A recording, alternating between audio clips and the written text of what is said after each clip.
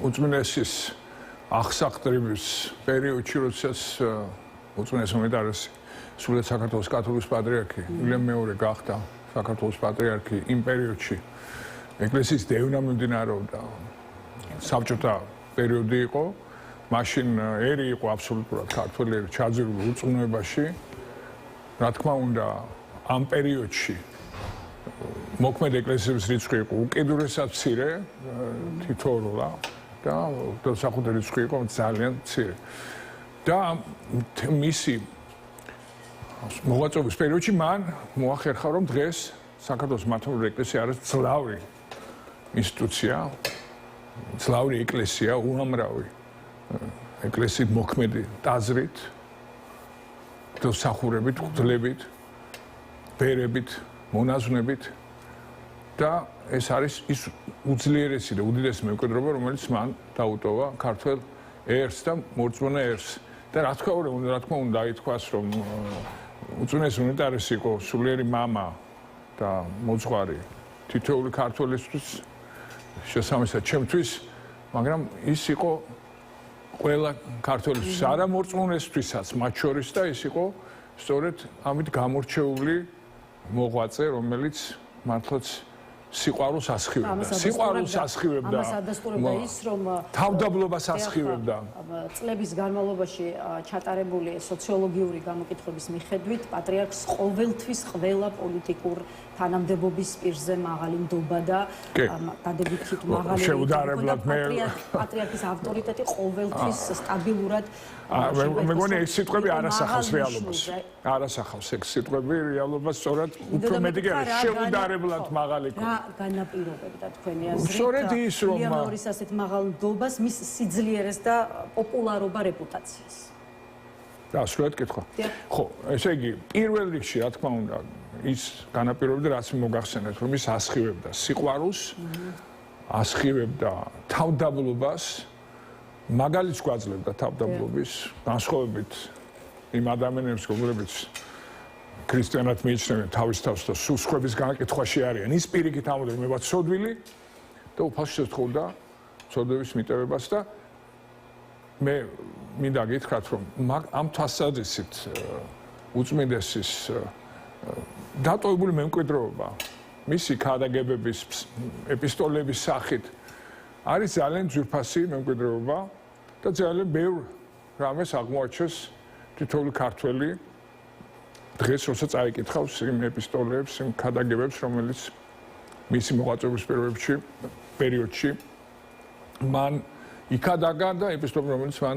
დაწერა მისი მოღვაწეობის პერიოდში. და ძალიან აქტუალურია ეს ყველაფერი დღეს. მაგალითად, როდესაც მოგმართავდა ჩვენ რომ სხვაზე გამარჯვებაზე კი არ უნდა იზრუნო. ანუ ქართველზე გამარჯვებაზე კი არ უნდა ზრუნავდეს, არამედ პირველ რიგში უნდა გაიმარჯვოს შენ თავზე. და შენში მოძებნო ნაკლი და ამის გამოსწორებაზე იზრუნო და არა მუდმივი განკითხვა შენი თანამოძმის, შენი თანამემამულის და ეს ძალიან მნიშვნელოვანია დღევანდელ დღეს, როდესაც საზოგადოებაში ეს განწყობილებებია, როდესაც ურთიერთგაუტანლობაა, როდესაც ადამიანები განიკითხავენ ერთმანეთს განუზომლად, ყოველდღიურად. და ამ დროს უნდა გვახსოვდეს, რომ უწმინდესი და უნეტარესი პირველ რიგში იყო სწორედ მაგალითი მიტევების, შენდობის და სწორედ იმას გვიქადაგებდა, რომ პირველ რიგში შენ თავს შეეძებე ნაკლი. ბატონ ბადრი, აუცილებლად უნდა გკითხოთ ამ კონტექსტში წმინდა სინოდის გუშინდელ განჩინებაზეც და შეიძლება ითქვას, რომ ილია მეორის ბოლო სურვილი და დაპირება, უბრალოდ დანაბარები ყველას მიმართ, საზოგადოების თითოეული წევრის მიმართ არის შემდეგი მოხდეს ხვდის და მოყვასის წინაშე საკუთარი ცოდვების აღიარება, ურთიერთმიტევება და შერიგება, სწორედ წმინდა სინოდმა, რომელმაც ამდენი წლის შემდეგ გუშინ პირველი სხდომა გამართა პატრიარქის გარეშე, გამოაქვეყნა განჩინება, რომელშიც ყველას პოლიტიკოსებსაც და სრულიად საზოგადოებას მოუწოდებს, რომ პატრიარქისადმი სიყვარული გამოვიდეს სწორედ პატიების, შერიგების და ურთიერთსიყვარულის თაობაზე მისი მრავალწლიანი შეგონების აღსრულებაში. მთელი მისი მოღვაწეობის პერიოდში იყო ის სწორედ ქადაგებელი ურთიერთშენდობის, ურთიერთმიტევების. ყველაფერს ხელს ესმინდა. წმევის სიმცირე. უშუალოდ ლელოს პასუხი რა არის? აი ამ შემთხვევაში სინოდის მოწოდებაზე, რომელიც კიდევ ერთხელ თავის მხრივ პატრიარქის სურვილს გამოხატავს.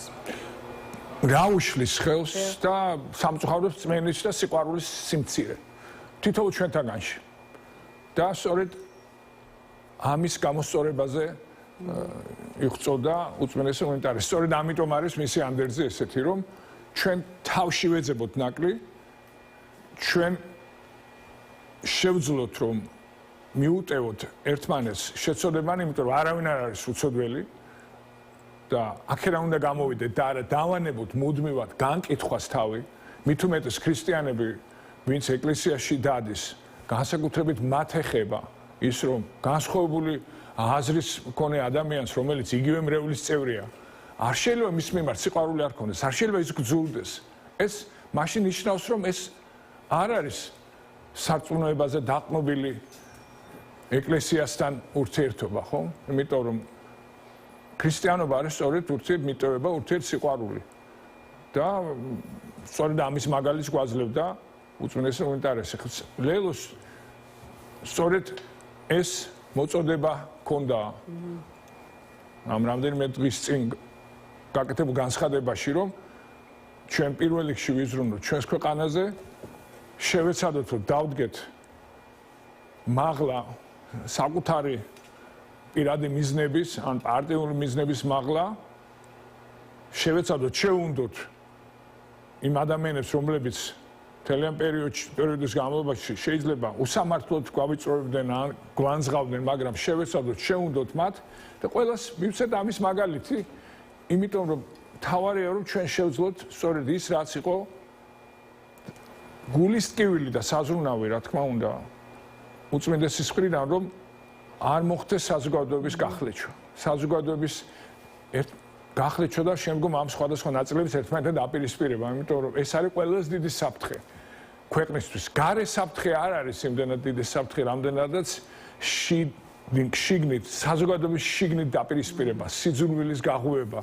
სწორედ ფიქრობ, რომ აუცილებელია პოლიტიკოსებიც პირველ რიგში სწორედ ამაზე უნდა იზრუნოს. აი პოლიტიკურ კონტექსტშიც მინდა რომ ერთი კითხვა დაგისვათ, იმიტომ რომ რამდენიმე დღის წინ, როდესაც პატრიარქი კლინიკაში გადაიყვანეს, ყურადღება მიიქცია იმ ფაქტმა, რომ აი პატრიარქმა თითქოს კლინიკაში შეკრიბა სრულიად ოპოზიციური სპექტრი. თითქოს კი არა რეალურად ეს იყო ფაქტი, იმიტომ რომ იქ მივიდა მართლაც ფაქტობრივად ყველა პოლიტიკური ძალის წარმომადგენელი და იქ არ ქონია არავისთვის მნიშვნელობა იმას, ვის რა პოლიტიკური შეხედულება ჰქონდა, ისე როგორც პატრიარქის გარდაცვალების შემდეგ უკვე რეალურად მართლა ყველა ჭირის უფალია და გლოვობს ყველა აქაც განურჩეულად მისი პოლიტიკური მრწამსის. ანუ მძიმე დღეებმა, მათ შორის პოლიტიკური სპექტრი გაგაერთიანათ და ერთად შეკრათ. აი, ახლა გითხარით, რა არის საჭირო იმისთვის, რომ უფრო მეტი სიყვარული გაჩნდეს მთლიანად საზოგადოებაშიც და მათ შორის პოლიტიკურ სპექტრშიც და შესაბამისად როგორღაც მიხვიდეთ იმ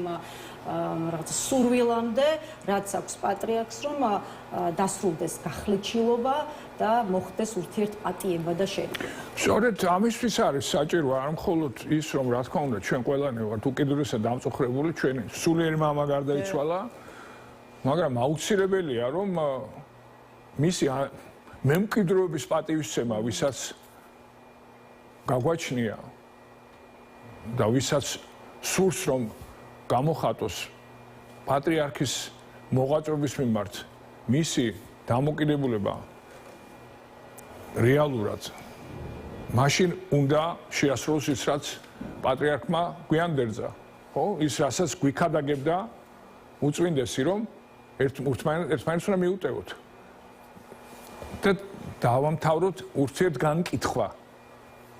ქვეყანა დავაყენოთ პირველ რიგში. ვიფიქროთ იმაზე, თუ როგორ გადავარჩინოთ ჩვენი სამშობლო. ეს იყო უწმინდეს ყველაზე მთავარი საზრუნავი, რომ სწორედ ეს დაენერგა თვითონ ჩვენთაგანში, რომ შევძლოთ მაღლა დავდგეთ ურთიერთწყენებზე და შევძლოთ ერთმანეთს მიუტევოთ შეცოდებები, იმიტომ რომ ყველანი არავინ არ არის უცოდველი, არავინ არ არის ის, ვისაც შეცდომა არ დაუშვია და აქედან უნდა ყოველთვის ვაფასებდეთ ყველა მოვლენას და ერთმანეთს მათ შორის.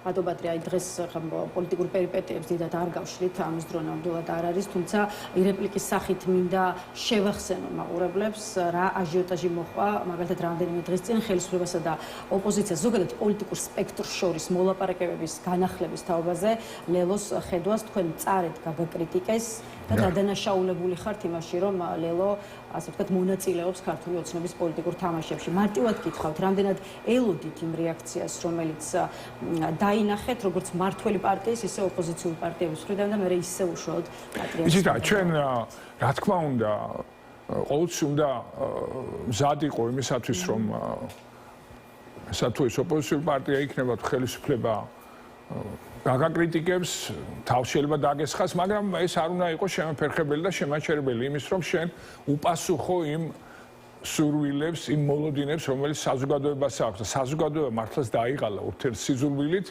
საზოგადოებას მართლაც სურს, რომ დაინახოს გამოსავალი ამ უკიდურესი მძიმე მდგომარეობიდან, რომელშიც ქვეყანა იმყოფება. ამიტომ ეს თავდასხმები აბსოლუტურად არ შეაჩერებს ჩვენს განზრახვას, რომ ხელი შეუწყოთ საზოგადოების გამთლიანებას და შევებრძოლოთ ზისხს, სიძულვილს და ამით შევძლოთ, რომ ჩვენს ერს, ჩვენს თანამოქალაქეებს დაუბრუნოთ იმედი მომავლის და რაც თავარია, ყველამ კიდევ ერთხელ უნდა გავითავისოთ ის დანატოვარი, ის მემკვიდრეობა, რომელიც პატრიარქმა ყველას დაგვიტოვა და ეს მემკვიდრეობა არის სწორედ ის, რომ ჩვენ შევძლოთ ურთიერთწყენებზე მაღლა დავდგეთ, შევძლოთ მიუტევოთ ერთმანეთს შეცდომანი და პირველ რიგში დავაყენოთ წინ ჩვენი სამშობლო და გავძლიერდეთ სარწმუნოებაში და თუ სარწმუნოებაში გავძლიერდებით, მე აბსოლუტურად ეჭვი არ მეპარება, რომ ჩვენ ყველანი ერთად შევძლებთ გამოსავალს ამ ურთულეს მდგომარეობიდან. ბატონო ბატრი, ისევ ჩვენს უწმინდეს მინდა დაუბრუნდეთ, იმიტომ რომ დღევანდელი ეთერი სწორედ და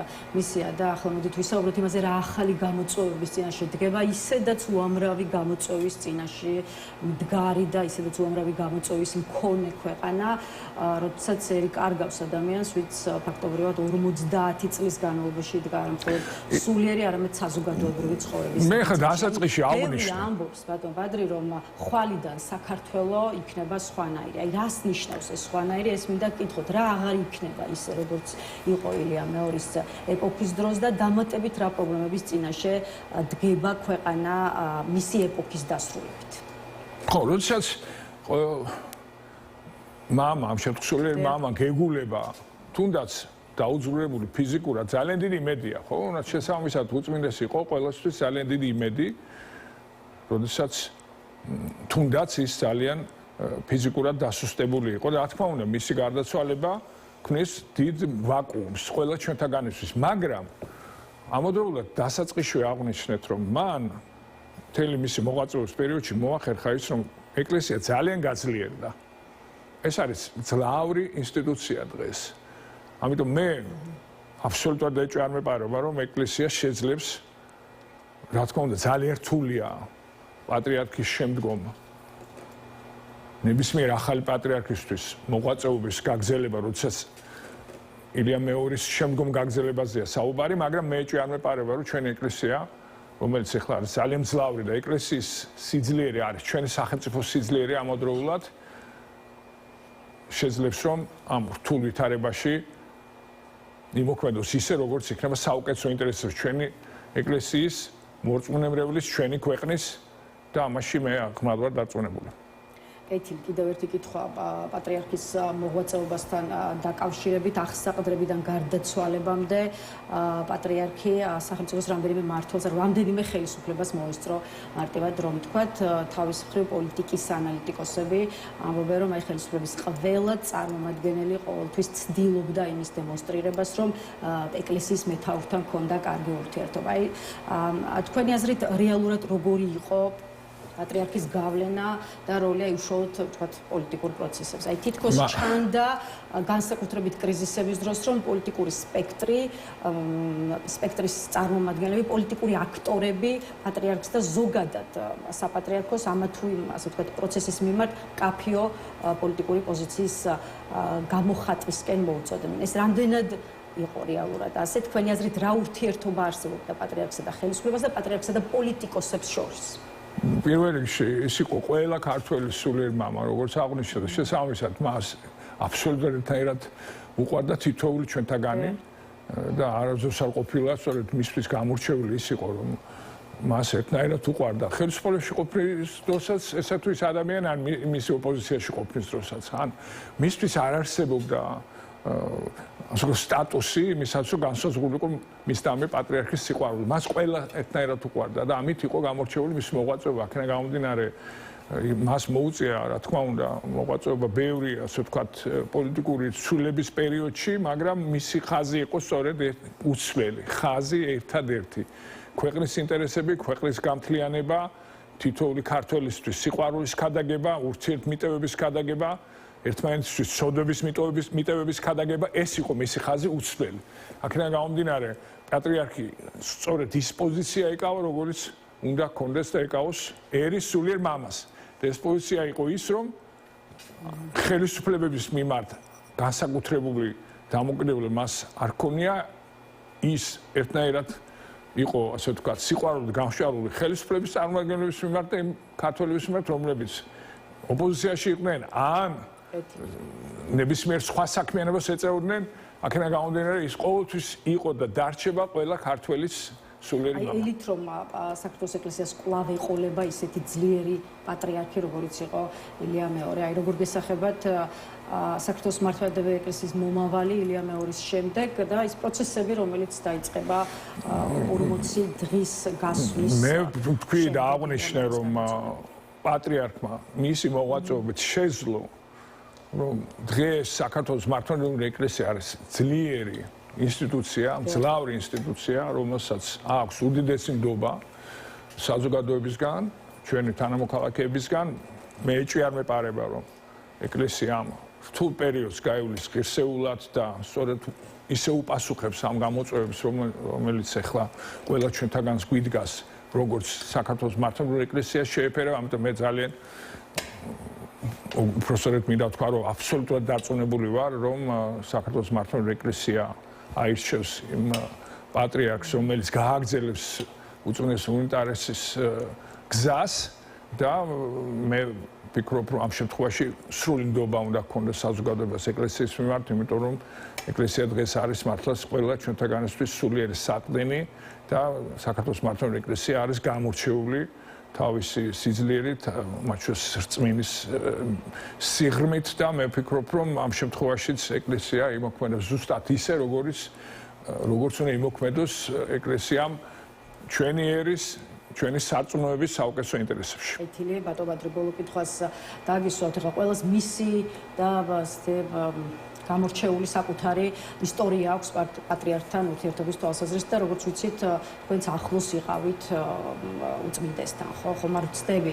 შესაბამისად, აი მასთან, უშუალოდ მასთან ურთიერთობაზეც ხომ არ შეგიძლიათ გითხრათ რამე. აი თუ ყოფილა მაგათაც შემთხვევა, რომ რჩევისთვის, აზრის გაზიარებისთვის მისულ ხართ მასთან, არ ვიცი, იქნებოდა ეს საზოგადო თუ პირად თემებთან დაკავშირებული საკითხი. გეტყვით რომ მხოლოდ შევისვა რომ ყველა მნიშვნელოვანი გადაწყვეტილება რომელიც ჩვენ მივიღეთ მე მამუკა ხაზარაძემ ყველა გადაწყვეტილებისთვის მივდიოდით უწმინდესთან რათა მიგვიღო მისი კურთხევა და მისი კურთხევის გარეშე არც ერთი მნიშვნელოვანი გადაწყვეტილება ჩვენ არ მიგვიღია მანამ სანამ ის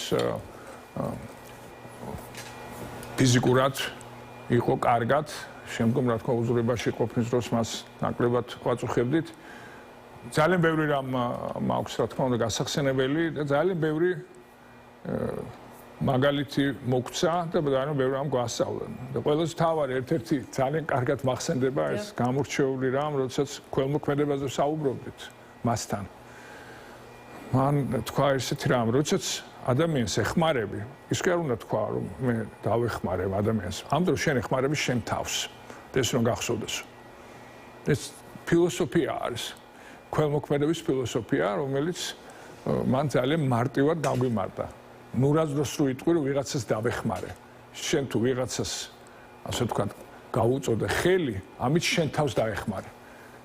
და უამრავი მსგავსი ასე ვთქვათ, მნიშვნელოვანი ფილოსოფიური შინაარსის გამონათქვამი მახსენდება მასთან შეხვედრების შემდგომ.